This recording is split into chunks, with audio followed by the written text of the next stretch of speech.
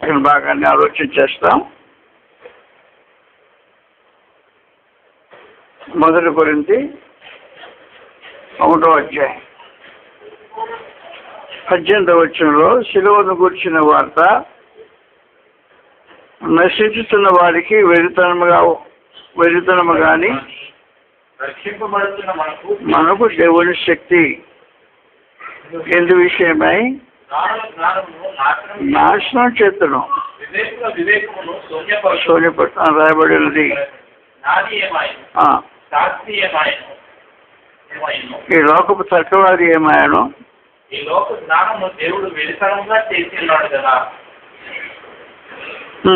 దేవుని జ్ఞానానుసారంగా లోకము తన జ్ఞానం చేత దేవునికి ఎరుగుతుండినందున సువార్త ప్రకటన ఎన్నో వెలితనం చేత నవ్వు వారిని రక్షించ దేవుని దయాపూర్వక సంకల్పమాయను. యూదులు సూచక క్రియలు చేయమని అడుగుతున్నారు, గ్రీసు దేశస్తులు జ్ఞానం తెలుస్తున్నారు. అయితే మేము సిలువ వేయబడిన క్రీస్తును ప్రకటిస్తున్నాము. ఆయన యూదులకు ఆటంకంగాను అన్ని జనులకు వెలితనముగా ఉన్నాడు. కానీ యూదులకేమి గ్రీసు పిలువబడిన వారికి క్రీస్తు దేవుని శక్తిను దేవుని జ్ఞానమైనాడు. చాలా పిలువబడిన వారికి క్రీస్తు ప్రభు దేవుని శక్తియు దేవుని జ్ఞానమై ఉన్నాడు. శిలువలో పరమంతుని దేవుడు తన జ్ఞానాన్ని ప్రదర్శించాడు.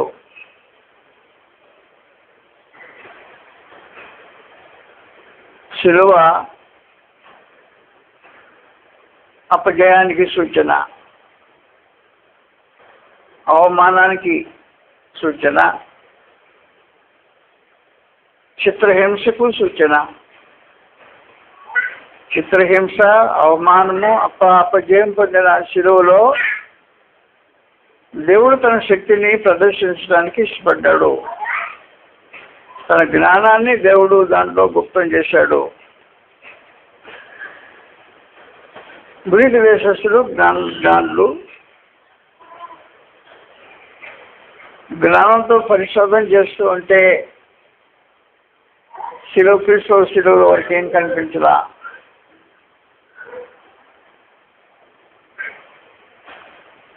దీంట్లో ఏం జ్ఞానం ఉంది అని అడిగారు. గ్రీకు దేశస్తులు జ్ఞానాన్ని వెతుకుతున్నారు, కానీ దేవుడు శిలువలో కనపరిచిన జ్ఞానము వారికి అర్థం కాలేదు.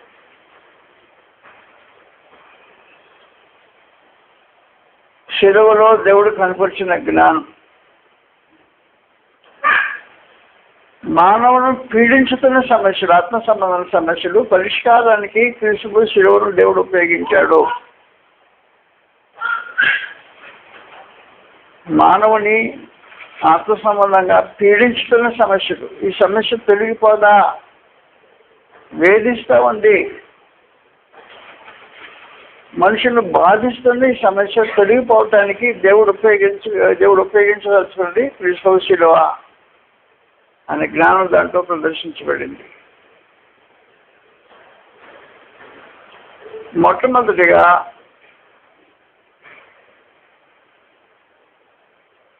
అపవాది సమస్య, మానవ జాతికి అపవాది పెద్ద సమస్య కాదు. సోదరులు మామూలుగానే వారిని అపవాది శోధిస్తున్నాడు అని ఊరికనే మాట్లాడుతుంటారు. ఈ శోధకుడి సమస్యకు దేవుని ఏకైక పరిష్కారము క్రీస్తు శిలువ.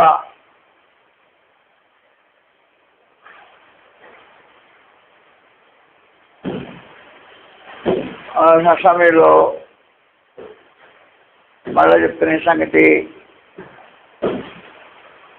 Eisenhower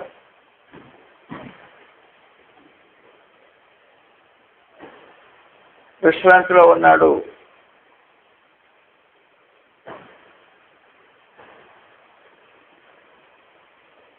American army general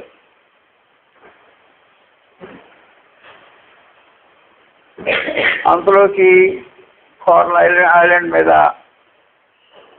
Japan వాడి బాంబు పడింది. జపాన్ వాడు ఈ అమెరికా వాడిని ఊరికి చెనికాడు. ఆ సమాచారం ఇప్పుడు విశ్రాంతిలో ఉన్న జనరల్ గారికి చెప్పడానికి అవకాశం లేని పరిస్థితులు. అది మేరకు వచ్చిన తర్వాత సమాచారం చెప్పాడయా, జపాన్ వాడు మన దేశం మీద కోళ్ళ ఐలాండ్లో బాంబు వేశాడు.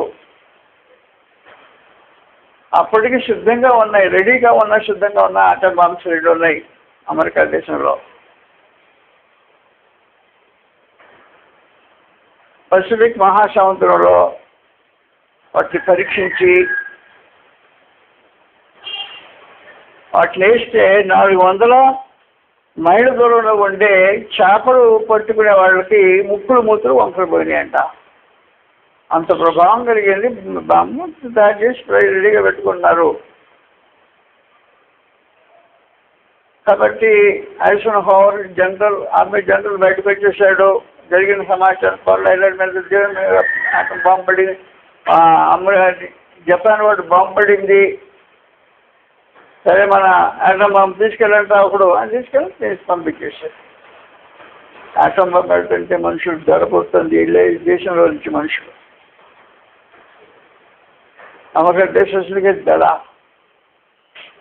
విమానంలో తీసుకెళ్తున్నాడు. హిరోషిమాలో వేసి కొట్టాడు. ధ్వంసం అయిపోయింది సంపన్నంగా. ఆ తర్వాత బిజినెస్ సెంటర్ నాగసాకిలో వేశాడు. ధ్వంసం అయిపోయింది. ఈనాటికి అక్కడేమి జీవం లేని పరిస్థితుల్లో కార్యక్రమాలు జరిగాయి. అపవాదిని నశింపజేయడానికి దేవుడు అలాంటి ఒక బాంబును తయారు చేసి ఉపయోగించలేడా? అపవాదిని నశింపజేయడానికి దేవుడు అలాంటి బాంబును ఉపయోగించలా.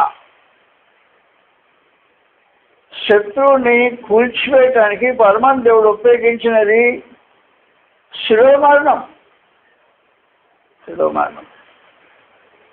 కాబట్టి మొట్టమొదట మానవ సమస్య బాధించే, మానవ జాతిని వేడిపించే, విలపింపజేసే సమస్య అపవాది. ఈ అపవాదిని తన సింహాసనం మీద కూల్చివేయటానికి మనకందరికీ తెలిసిన సమాచారం ఇది. అపవాది తన అసిస్టెంట్ మరణాన్ని ఉపయోగించుకొని 4,000 సంవత్సరాలుగా భూమిని ఏలుబడి చేస్తున్నాడు. 4,000 సంవత్సరాలుగా భూమిలో నుంచి ఏదైనా జీవం మొలిచిందంటే పెంచేస్తున్నాడు. జీవం లేకుండా భూమి మీద ప్రాణులు మాత్రమే ఉండిపోయారు. చెట్లు, ప్రాణులు, జంతువులు, ప్రాణులు, మనుషులు జీవం కలిగేవారు. కాబట్టి మనుషుల నుంచి జీవాన్ని పెంచివేస్తున్నారు సంపన్నంగా. దేవుని భాషన లోకంలో చావే కాపురం ఉంది అన్నాడు ఒక ఆయన. దేవుని భాషని ఎడభాషణ లోకంలో చావు కాపురం చేస్తుంది. జీవం లేని కాపురం చేస్తున్న విశేషమైన పరిస్థితుల్లో ఈ సమస్యను పరిష్కరించడానికి దేవుడు ఉపయోగించిన ఏకైక మార్గము కల్వరి శిలువ. ఆయన దేవుని శక్తి అది. అందువల్ల ఆయన జ్ఞానం ఇది. శాస్త్రి ఏమాయను, ఈ లోకపు తర్కవాది ఏమయ్యాను. తర్కవాదం ఆదివాదికి అందే కార్యక్రమం కాదు. కాబట్టి అపవాదిని తన అధికార పీఠం నుంచి కోల్పోయాలి అంటే దేవుడు ఉపయోగించిన ఏకైక ఆయన జ్ఞానం శిలువ దేవుని జ్ఞానం అయి ఉన్నది. మనందరికీ తెలిసిన లేఖన భాగమే. మళ్ళా అంటున్నా, రోమిలకు 5వ అధ్యాయంలో 12 వచ్చిన రాబడింది. రోమా 5:12 ఒక మనుషుల ద్వారా పాపము ద్వారా మరణమును లోకంలో ఎలా ప్రవేశించను మనుషులందరూ అందరూ పాపం చేసినందున మరణము అందరికీ అందరూ సంప్రాప్తం. అంటే ఏంటంటే పాపం చేసిన ప్రతి వాళ్ళు జీవంలో ఉంటే తుంచేస్తున్నారు అనమాట. జీవాన్ని లేకుండా తుంచేస్తున్నారు. అది పసిబిడ్డ పుట్టాడు, పాపరహితుడు, వయసు వస్తూ ఉంది, మంచి చెడులు తెలుస్తున్నాయి, ప్రాణ వయసు వచ్చింది, మేలు గొప్ప చేయడానికి బదులు కీడు కోరుకున్నాడు. కీడు కోరుకున్నవాడు పాపం చేశాడు. కాబట్టి ఆ మొక్కని వెంటనే అప్పుడు తుంచేస్తాడు అనమాట. జీవం లేకుండా తుంచేస్తున్నాడు. దేవుని భాషని లోకంలో ఉండే పరిస్థితి ఇది. మరణము కాపురం చేస్తూ ఉంది. దేవుని భాషని లోకంలో మనం కాపురం చేస్తుంటే జీవం మొలకెత్తింది తుంచివేసే పరిశోధన చేస్తూ ఉంటే ఈ సమస్యకు పరిష్కారము క్రీస్తు శిలువలో దేవుడు ఏర్పాటు చేసి ఆయన జ్ఞానంలో ఏర్పాటు చేసిన విశేషమైన సమాచారం ఇది. క్రీస్తు శిలువ కాకుండా అపవాదిని ఒక బాంబు వేసి ఓడించడం కార్యక్రమం కుదరదు. అపవాదిని ఓడించడానికి దేవుడు ఉపయోగించిన ఏకైక జ్ఞానము శిలువ, క్రీస్తు శిలువ. అపవాదిని ఓడించే విశేషమైన కార్యక్రమం 14 వచనంలో రాబడి ఉంది. 5వ అధ్యాయం 14 వచనంలో అయినను ఆదాము చేసిన అతిక్రమమును కోరి పాపము చేయని వారి మీద కూడా మోసే వరకు మరణమైంది. ఆ సమాచారం చెప్పండి. 4000 సంవత్సరాలుగా మరణము ప్రభుత్వం కొనసాగిస్తూ ఉంది. మన ప్రభుత్వాన్ని కూల్చడానికి దేవుని ఏకైక జ్ఞానము క్రీస్తు శిలువలో మన ప్రభుత్వాన్ని కూల్చివేసే విశేషమైన కార్యక్రమం.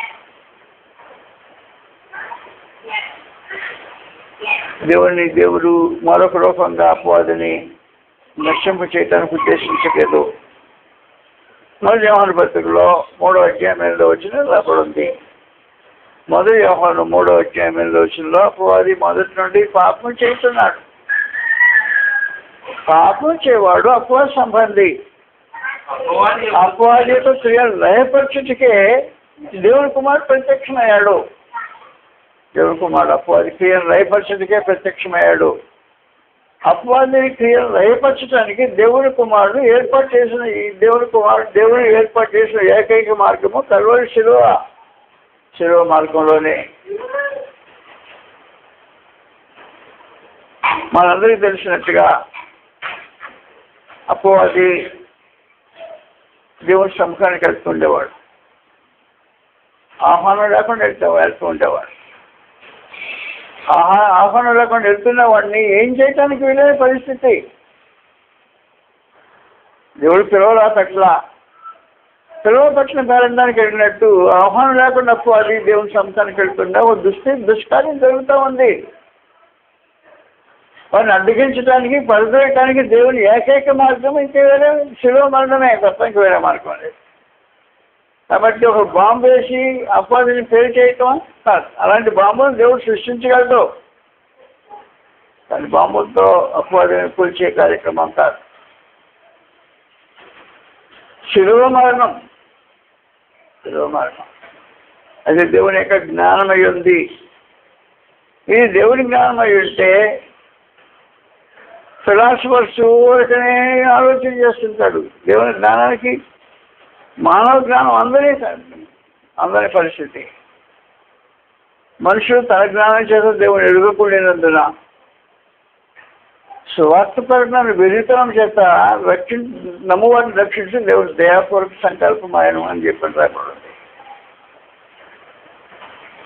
శిలువ మార్గం ద్వారా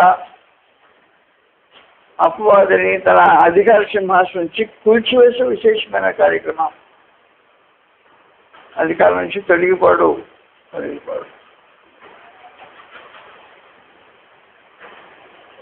యోహాను సువార్త 14వ అధ్యాయంలో 30వ వచనంలో అపవాది లోకాధికారిగా చూపించబడ్డాడు.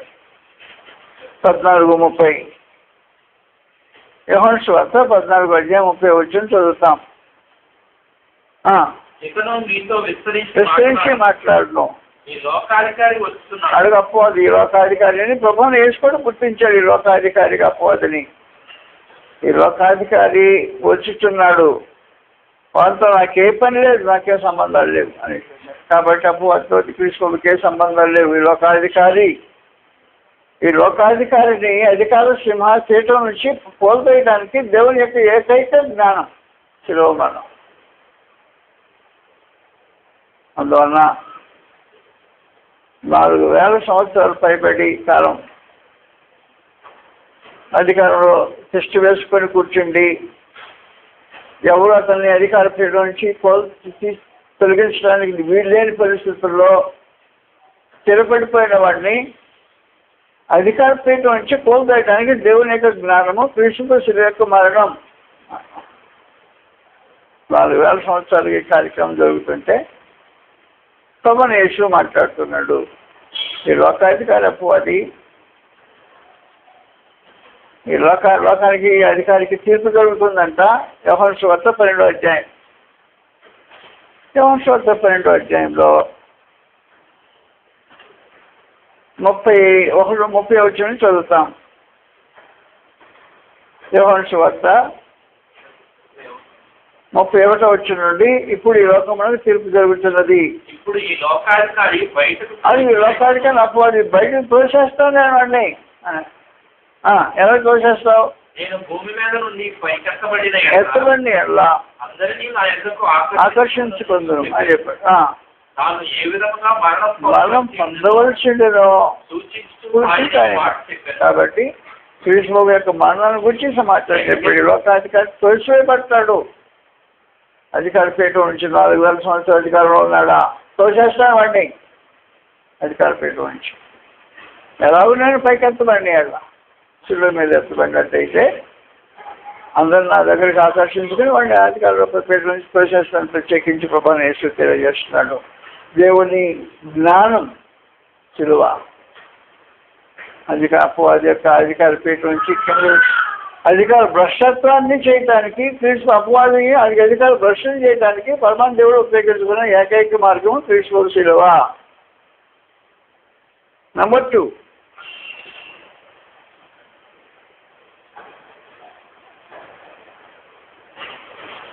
మరణము రెండో సమస్య. మనం అంటే చెప్పాను కదా మీకు, మనం ఏం చేస్తుందంటే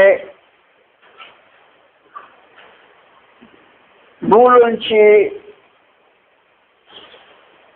జీవం పుట్టిందనుకో, జీవం పుట్టేస్తే పెంచేస్తుంది మరణం. మరణమే కాపురం ఉండే లోకం. ఈ మరణాన్ని నశింపచేయడానికి దేవుడు ఉపయోగించుకున్న ఏకైక మార్గము క్రీస్తు శిలువ మరణం.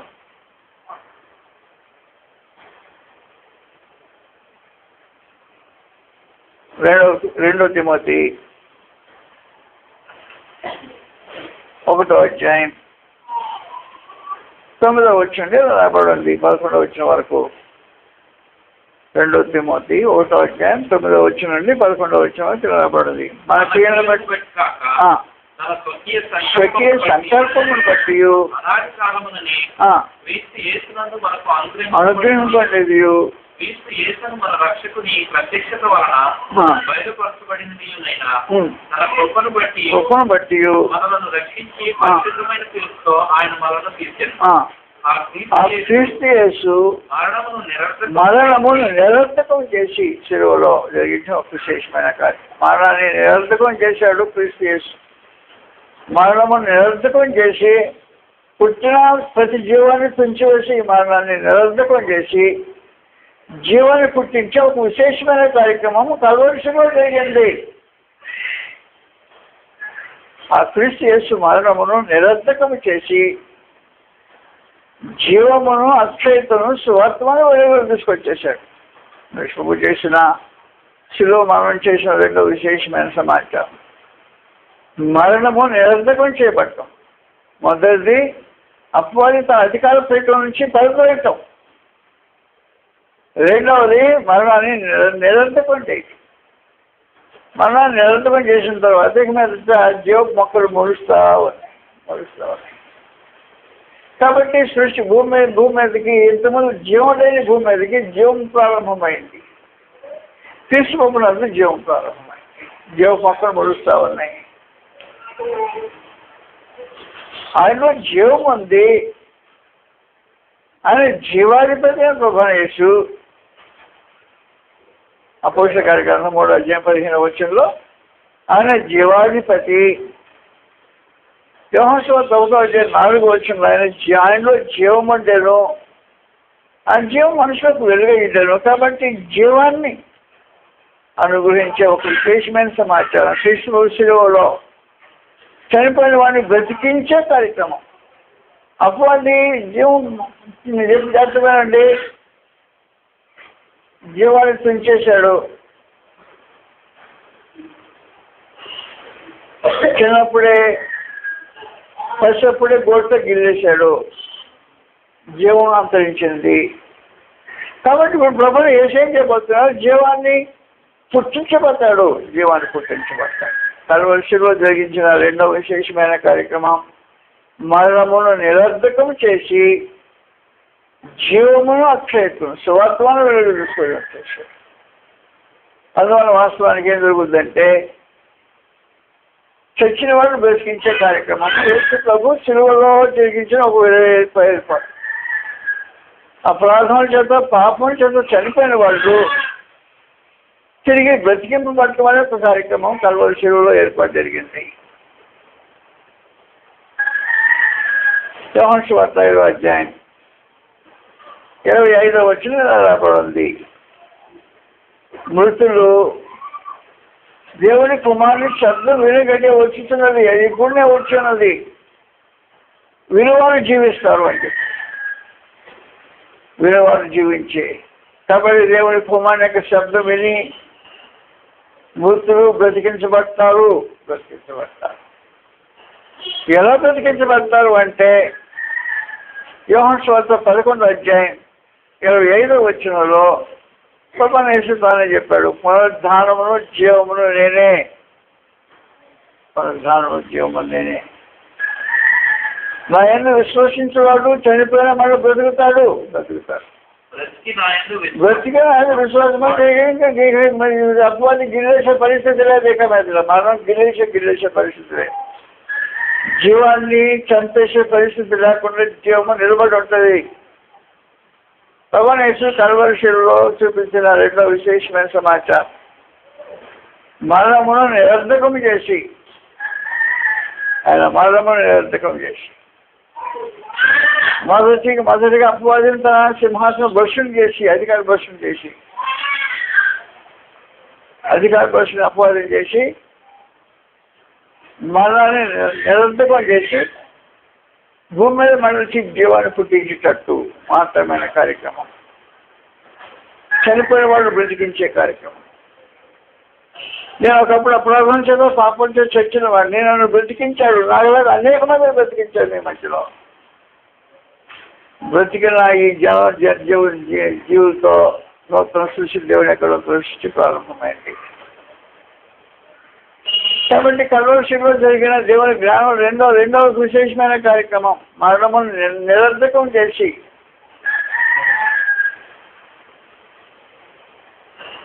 ఏమైనా చేయటానికి వీల్లేదు. జీవం పట్టుకొస్తుంది, మళ్ళీ చనిపోకుండా పట్టుకొస్తుంది. జీవమును దృష్టిలో ప్రభువైన యేసు కల్వరి శిలువ చేసిన రెండవ విశేషమైన కార్యక్రమం ఇది దేవుని జ్ఞానం. కల్వరి శిలువలో జరిగించిన మూడవ కార్యక్రమం మానవ జాతిని పీడించుతున్న సమస్య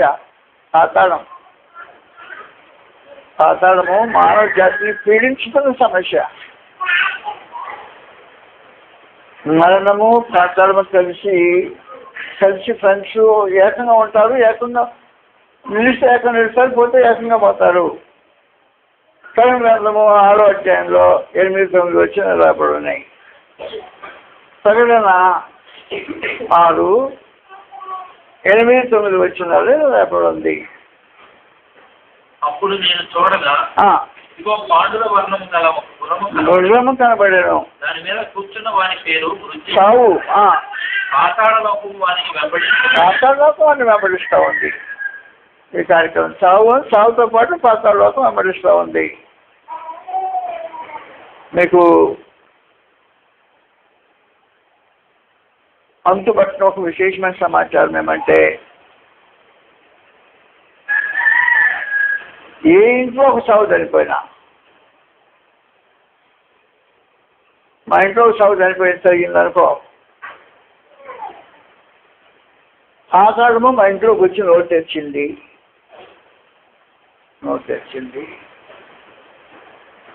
నాకు కనిపించరా, మా ఇంట్లో ఎవరికి కనిపించరా, కానీ ఆ చనిపోయిన వ్యక్తిని ఈ పాతాళంలో మింగేసే కార్యక్రమం జరుగుతుంటుంది. ఇది మానవ జాతిని పీడించటం సమస్య. మీ ఇంట్లో ఎప్పుడైనా చావు జరిగితే పాతాళం మీ ఇంటికి ఒకసారి విజిట్ చేసిందన్నమాట. విజిట్ చేసిందన్న వికృతాకారంతో నోరు తెరిచి ఆ చనిపోయిన ఆ వ్యక్తి యొక్క జీవాన్ని ఆత్మను మింగేసి వెళ్ళిపోయి. కాబట్టి మరణము పాతాళలోకం రెండు కలిసి జీవితం కొనసాగిస్తుంటాయి. ఇది సమస్య, మానవ జాతిని పీడిస్తున్న సమస్య, తెలియని సమస్య. కానీ మనకు తెలియదు. చనిపోయాడు అనుకుంటాం, చనిపోయిన నిద్రపోయినటువంటి అడే తీసుకెళ్ళి బయట పెట్టేస్తాం, కార్యక్రమాలు కొనసాగిస్తాం. కానీ ఇతను చనిపోయినప్పుడు ఆ క్షణంలోనే పాతాళం మింగేసిన సమాచారం మనకు అర్థం కాకపోవచ్చు. ఈ సమస్యను పరిష్కరించడానికి ప్రభువైన యేసు కల్వరి శిలువను ఉపయోగించాడు.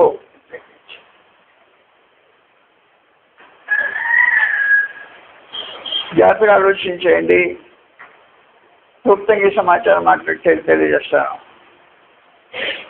పాతాళము మానవ జాతికి సమస్య.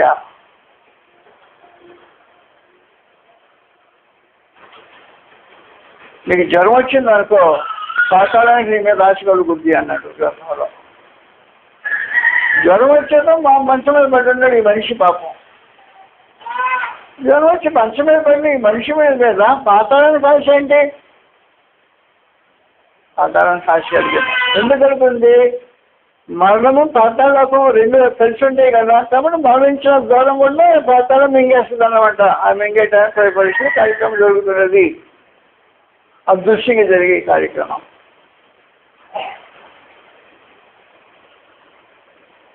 కాబట్టి ఏ వ్యక్తి చావుకు దగ్గరై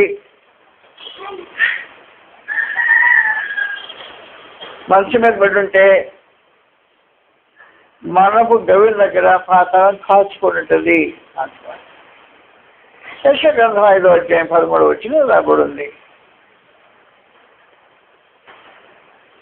యెషయా గ్రంథం 5వ అధ్యాయం 13వ వచనంలో గ్రంథం తెలియజేసే సమాచారం ఇది. జాగ్రత్త గుర్తుపెట్టుకోండి, ఎందుకంటే మనకు తెలియని సంగతులు, అదృశ్యమైన సమాచారం. నా ప్రజలు పోతున్నారు, వారు నిరాహారులుగా ఉన్నారు. దప్పిచేత జ్వరపీడితులు.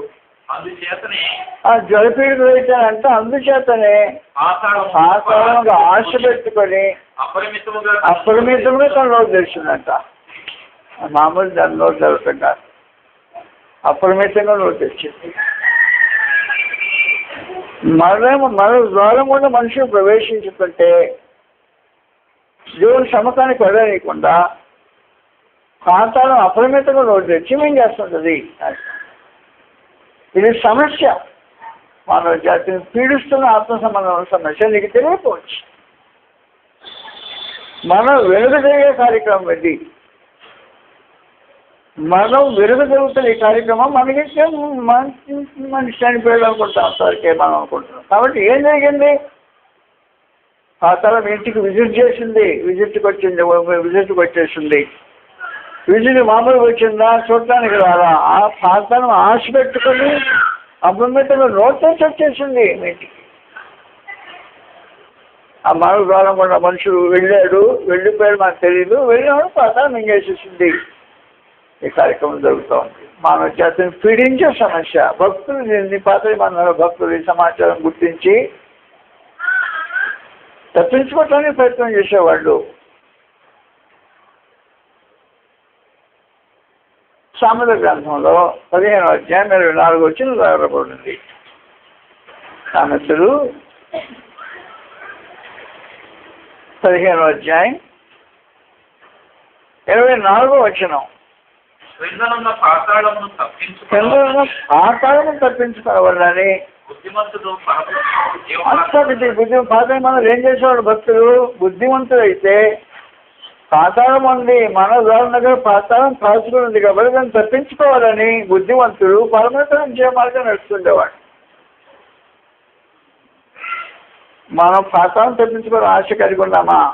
అసలు పాతాళం ఉందని, మన ద్వారా దగ్గర పాతాళం కాచుకుని ఉందని, అప్పుడు మీద నోరు తెరుస్తూ ఉందని వచ్చేవాళ్ళు మింగేయడానికి ఆలోచన చేస్తున్న సంగతి మనం పట్టించుకోం.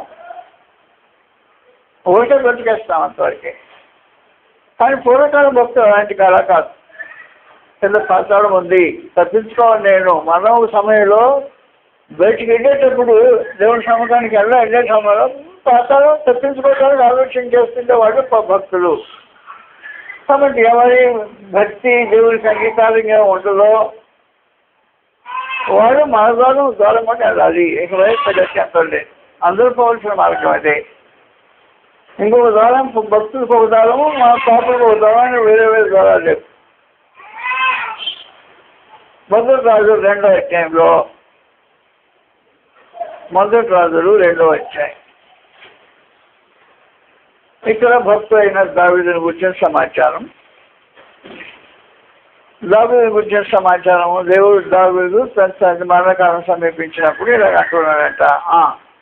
దావీదునకు మరణకాలం సమీపించగా అతడు తన కుమారుడైన సొలొమోనునకు ఇలాగూ ఆజ్ఞ ఇచ్చాడు. లోకులు అందరూ పోవలసిన మార్గం ఆయన సొలొమోను వెళ్ళిపోతున్నాను, ఈ మార్గం కూడా వెళ్ళిపోతాను. అక్కడ ఎవరు ఉంటారు? పాతాళం నువ్వు తెలుసుకుంటుంది. ఇప్పుడు దావీదు పాతాళ వర్షం కాబట్టి తప్పించుకోవాలంటే ఏం చేయాలి? పరమేశ్వరం జీవమార్గా నడవాలి. నడుస్తూ ఉన్నాడు కాబట్టి పర్లోకొద్దాడు. ఏం చేసేవాడంటే, మనోడు వస్తున్నాడు, మన తన భేదం దేవుడు చూపెడతాడు. నీ జీవించే విధానాన్ని బట్టి మన తన భేదం దేవుడి మనసులో కలుగుతుంటుంది. నువ్వు దేవుని ఒక వాడివా, పక్షంగా ఉన్నవాడివా? మన దేవుని పక్షంగా లేకుండా జీవితం జీవించిన వాడివా? మన తన భేదం దేవుడికి గుర్తించి, అదే మనోడు వస్తున్నాడు, ఎవరాడు? దావీదు వస్తున్నాడు, బయలుదేరాడు. ఇంట్లో మన ద్వారం ఉండే వెళ్తున్నాడు, రావడానికి ప్రయత్నం చేస్తున్నాడు. కాబట్టి ఏం చేస్తున్నాడు? అక్కడ పాతాళము రోడ్ తెచ్చుకుంటుంది. రోడ్ తెచ్చుకునే పాతాళము తప్పించడానికి పరమాదేవుడు మనోడు వస్తున్నాడు. తను తప్పించుకోలేడు. దావీదు శక్తివంతుడే, బలవంతుడే, ఘనవంతుడే, గొప్పవాడే అని గొప్పవాడే. కానీ ఇప్పుడు మన ద్వారం వెళ్ళేటప్పుడు పాతాళ వర్షం కాకుండా తప్పించుకోలేడు. కాబట్టి పరమాన్ దేవుడు దయదలిచి ఈ పాతాళ వర్షం కాకుండా దేవుడితో పంపిస్తాడు. లూకాసు వార్త 16వ అధ్యాయం 22వ వచనం. లూకాసు వార్త 16వ అధ్యాయం 22వ వచనం రాయబడింది. ఏమంది? దరిద్రుడు చనిపోయి దేవదూతల చేత సాధారణ వర్షం కాలేదన్నమాట. దేవదూతల చేత అబ్రహాము రొమ్మున ఆనుకుంటూ కొనుక్కోబడ్డారని సమాచారం. కాబట్టి ఎవరైతే దేవుని మన అనే దేవుని పక్షంగా మనుషులు బ్రతుకుతారో బ్రతికే వాళ్ళని ఏం చేస్తుంటారు అన్నమాట? పాతాళ వర్షం కాకుండా దేవుడు దూతను పంపించి తప్పిస్తాడు. కానీ వీళ్ళు తప్పించుకోలేదు. అలాంటి ఏర్పాటు జరుగుతుంది భయంకరంగా. ఈ సమస్య మానవ జాతిని పీడిస్తున్న సమస్య. ప్రభానేశ్వర రక్తవంశుడు పాల్పడయ్యాడు. కలవరిశిలోకి ఎక్కాడు. అపవాదితో పెనుగులాడి వాడి సింహాసనం నుంచి వాడిని పొందొచ్చాడు. మరణాన్ని నిరర్ధకం చేశాడు, మరణ శక్తిని నిరర్ధకం చేశాడు. ఈ పాతాళం అపవాది యొక్క ఆజ్ఞాతకుల్లో నడిపించబడేది, అధికారే పోయాడు కాబట్టి ఇక దేనికి గతి లేదు, పాతాళానికి గతి లేదు. క్రీస్తు పాతాళంగా పడిపోయింది. సర్వశిలో క్రీస్తు బాబు పాతాళం పడిపోతే పవనేసు తాను కూడా పాతాళానికి వెళ్ళాడు. ఆయనే దీనికి ఎక్సెప్షన్ ఏం కాదు. మనుషులందరూ పోల్చిన మార్గం కదా అది. కాబట్టి ప్రభునేసు కూడా పాతాళానికి వెళ్ళాడు. పాతాళాన్ని బంధించలేకుండా పోయింది, మరణము బంధించలేకుండా పోయింది. 2 కార్యక్రమాలు జరగల. అపోస్తలుల 2వ అధ్యాయంలో 24వ వచనం రాబడి ఉంది. అపోస్తలుల 2వ అధ్యాయం 24వ వచనంలో మరణము ఆయనను బంధించుంటూ అసలు కుదరదు. మరణానికి అసలు కుదరే కార్యక్రమం మింగుడు పడలా. మరణానికి క్రీస్తు మింగుడు పడలా. మరణం ఆయన బంధించడానికి అసాధ్యం కాబట్టి మన వేదన తొలగించి ఆయన లేపాడు. పాతాళం ఏం చేసింది? మన దూరం దగ్గర ఉండే పాతాళము క్రీస్తు పాతాళం దగ్గర పడిపోయింది. 31వ వచనం రాబడి ఉంది. 2వ అధ్యాయం అపోస్తలుల 2వ అధ్యాయం 31వ వచనంలో క్రీస్తు పాతాళంలో విడుదలపడలేదని కలిసి అన్నారు. ఆయన కూడా పాతాళానికి వెళ్ళాడు అన్నమాటే కదా. వెళ్ళాడు.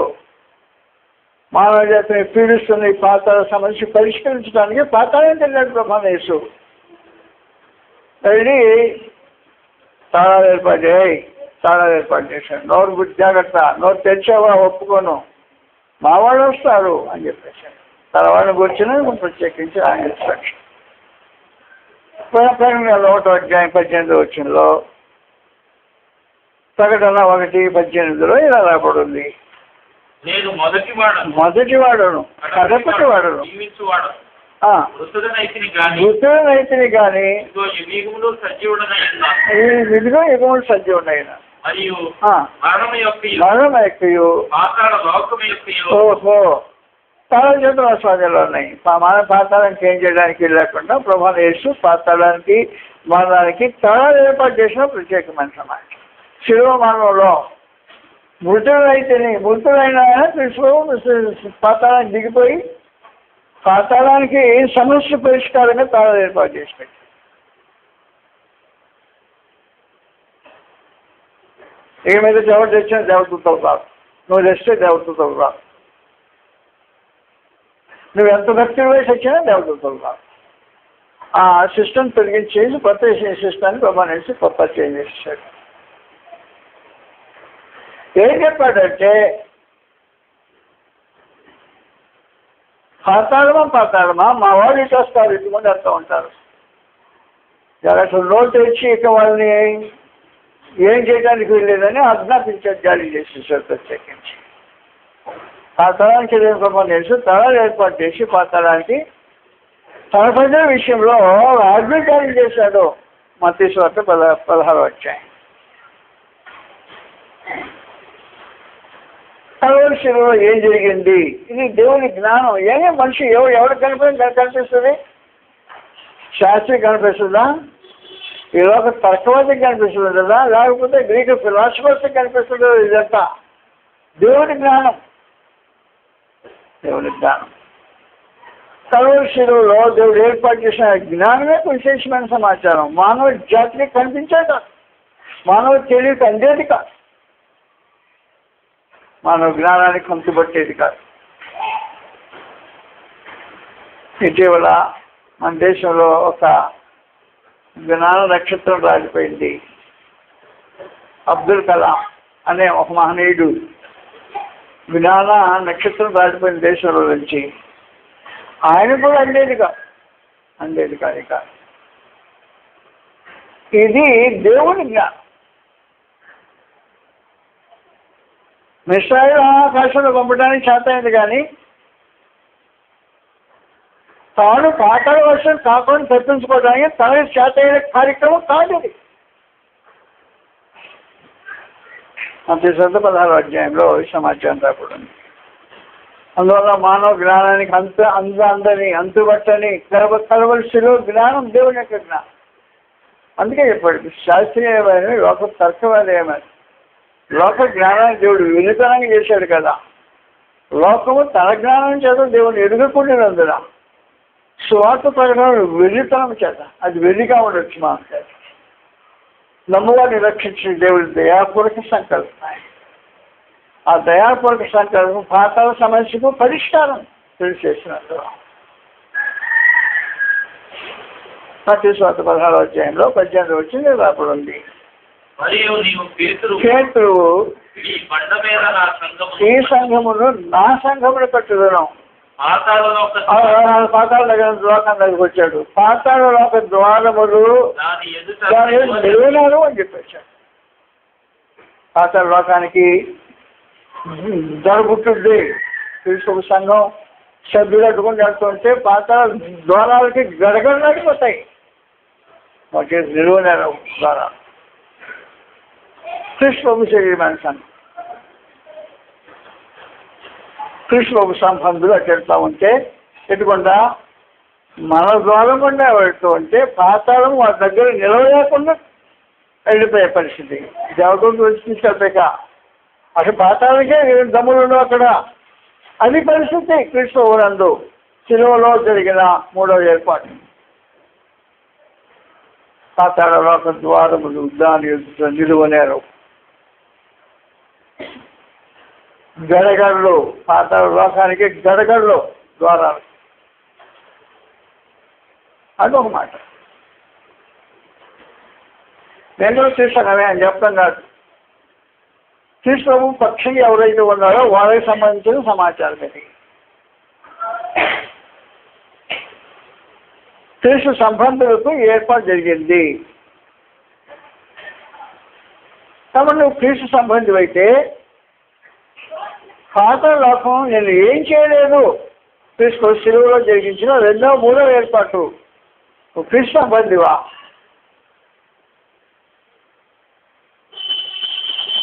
నిన్న అంత అనంతపురం నుంచి ఒక వచ్చాడు. చాలా ప్రభు అంటే చాలా అభిమాని కానీ పక్షిగా ఉన్నవాడు కాదు అన్నాడు. నేను ప్రభు పక్షిగా ఉండలేదు అన్నాడు. అభిమానులు వేరు, పక్షిగా ఉన్నవాడు వేరు గ్రంథం ప్రకారం. కాబట్టి నీవు అభిమానివో ప్రభు పక్షిగా ఉన్నవాడివో నాకు తెలియదు. గ్రంథం చెప్పింది ఎలాగని. మత్తయి సువార్త 12వ అధ్యాయం. మత్తయి సువార్త 12వ అధ్యాయం 30-31 వచనాల్లో ఇలా రాబడి ఉంది. ప్రభు యేసు మాట్లాడుతున్నాడు. అది సంగతి, నా పక్షమున ఉండని వాడు నాకు విరోధి. కాబట్టి నువ్వు కృష్ణ పక్షమేనా? నేను కృష్ణ పక్షమేనా అని అంటారు ఊరకనే. కృష్ణ పక్షం అయితే అని గుర్తుంటుంది ప్రత్యేకించి. కృష్ణ నా పక్షం ఉండని వాడు నాకు విరోధి. కాబట్టి నువ్వు కృష్ణ పక్షంగానే ఉన్నావా లేకపోతే కృష్ణ విరోధి పక్షంగా ఉన్నావా? కృష్ణ పక్షమేనండి అబ్బా, నీ కృష్ణ కూడా నాకు చాలా ఇష్టం. కృష్ణ అంటే ఇష్టం అంటే అభిమాని కావచ్చు. అది పక్షిగా ఉన్నవాడివా? పక్షిగా ఉన్నవాడు ఎవడు అంటే గల్తీ పత్రిక 5వ అధ్యాయం 24వ వచనం రాబడింది. నువ్వు కృష్ణ సంబంధివా శత్రు సంబంధివా? ఎవరు సంబంధివు నీవు? గల్తీ పత్రిక 5వ అధ్యాయం 22వ వచనంలో అయితే 24వ వచనం క్రీస్తు సంబంధులు ఇచ్చినతో దురాశలతో శిరవేసిన వారు ఉండాలి. అది క్రీస్తు సంబంధులు అంటే. కాబట్టి నువ్వు శరీరం నిరీక్షలతో దురాశలతో శిరవేసి ఉంటే క్రీస్తు పక్షమని నేను గుర్తిస్తాడు. అప్పుడు అది బాతాను గుర్తిస్తుంది. బాతాను గుర్తమ్మో క్రీస్తుకు సంబంధం వస్తున్నాడే తప్పు అని వచ్చి నువ్వు క్రీస్తు సంబంధం చెప్పుకుంటాను. దానికి ఇప్పుడు కావాల్సింది క్రీస్తు సంబంధులు శరీరము దాని ఇచ్చలతో దురాశలతో శిలవేసిన వారు. శరీర ప్రకారం బ్రతుకుతూ కృష్ణుడు సంబంధి అని అభిమానం చూపినంత మాత్రాన పాతాళం తెలుసు ఎవరు బాబు. అదే ఇలా పేరు చెప్పుకుని బతికిన వాడు అసలు కాదు అని మింగేస్తారనమాట. అందువలన పాతాళ సమస్య నీవు పరిష్కరించబడు బతుకలేదు ఈ పక్షం పరిస్థితి. క్రిస్టియన్ సంబంధులు శరీరము దాని ఇచ్చలతో దురాశలతో శరీరేసిన వారు కీడు సంబంధులు. శరీర సంబంధమైన వాళ్ళు కీడు సంబంధులు కాదు, అభిమానులు అయితే కావచ్చు. అందువలన నీవు అభిమాని అయితే పాతాళము నేను నుంచి నువ్వు తప్పించుకోలేవు. నీ మరణ పడగ దగ్గర నీ తల దగ్గర దాటిపోయేటప్పుడు పాతాళం నేను మింగేస్తాయి. ఆ సమస్య పరిష్కరించడానికి క్రీస్తు శిలువలో ఏర్పాటు చేసి పెట్టి పాతాళ సమస్యను పరిష్కరించే ఒక విశేషమైన సమస్య. తన సంబంధులకు పాతాళలో ఒక ద్వారమును దాని ఎదురు లేవున్నారు. Gates of hell cannot prevail against them అని దర్దాలు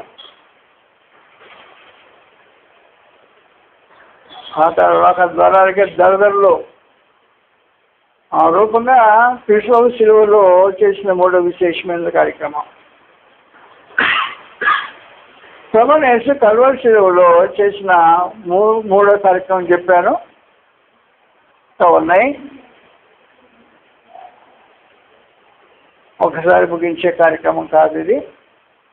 కాబట్టి శిలువలో దేవుని జ్ఞానం శాస్త్రీయమైన ఈ లోకం తత్వదేయమైన ఈ లోక జ్ఞానాన్ని దేవుడు విరితనంగా చేస్తున్నాడు కదా. ఎంత పెద్ద జ్ఞాని అయినా పాతాళ వశం కాకుండా తప్పించుకోవడానికి అవకాశం లేదు.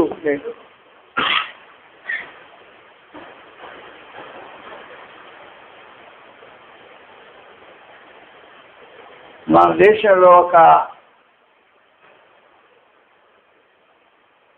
జ్ఞాన నక్షత్రం లాంటి అబ్దుల్ కలాం గారు మొన్నటి రాత్రి మన ఇటీవల కాలం చేసినప్పుడు పాతాళ వశం కాకుండా తప్పించుకునే జ్ఞానం లేకుండా పాతాళ వశం కాకుండా తప్పించుకోవటం అనే ఒక విశేషమైన సమాచారం క్రీస్తు శిలువలో ఆయన సంబంధులకు మాత్రమే. తీసే సంబంధులు అభిమానులు కాదు, ఆయన పక్షంగా ఉన్న వారికి. శరీరంలో నిశ్చయంతో దురాశంతో శరీరేసిన వారికి చెప్పేసాడు, నా పక్షంగా ఉన్న వాళ్ళు వస్తారు జాగ్రత్త, దగ్గర పద్ధతి తప్పుకో. మింగటం కాదు, నువ్వు మింగటానికి ప్రయత్నం చేస్తే పాత మందలో దేవుడు దూతను పంపించి తీసుకెళ్ళేవాడు. ఆ ఏర్పాటు లేదు, తీసేసాను నాకు తీసేసాను. ఇప్పుడు వేరే ఏర్పాటు నీకే దర్దాలు గుర్చేసాను. వచ్చేసి తీసుకు శిలువలో జరిగిన మూడో విశేషమైన సమాచారం. మొదటిది శిలువలో అపవాదిని యాటంబంతో పెంచాలి. ఆ శిలువలో అపవాది యొక్క అధికార పీఠం నుంచి ఇక్కడ ఫోన్లో వచ్చింది అపోస్తులు తీసుకుని శిలువ.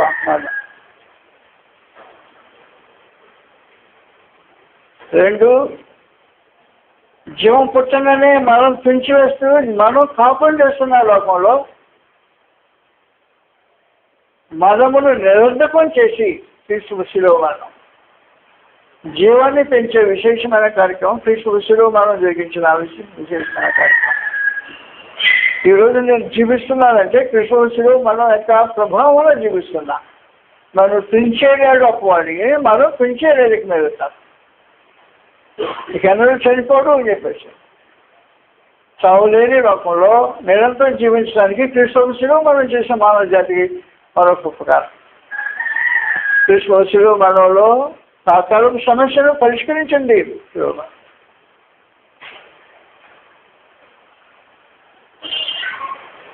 ఎలాగో క్రీస్తు శిలువ మరణం మానవ జాతికి ఆ శిలువలో నుండి ఏమేమి కార్యక్రమం జరిగాయో వర్షాన్ని కొంచెం చదువుకుంటూ ముందుకెళ్ళిపోతాం. దాదాపు ఒక 2-3 నెలలు పట్టవచ్చు. మనం మాట్లాడుకుంటుంటే 2-3 నెలలు పట్టవచ్చు ఈ కార్యక్రమం. అందువల్ల కల్వరి శిలువలో ఏం జరిగిందో అనేది మానవ జాతికి జ్ఞానానికి అందుబట్టని అందని విశేషమైన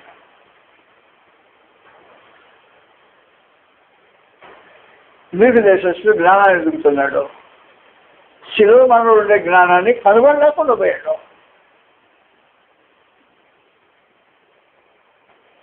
నమ్మువారిని రక్షించే దేవుడి దయాపూర్వక సంకల్పమైంది.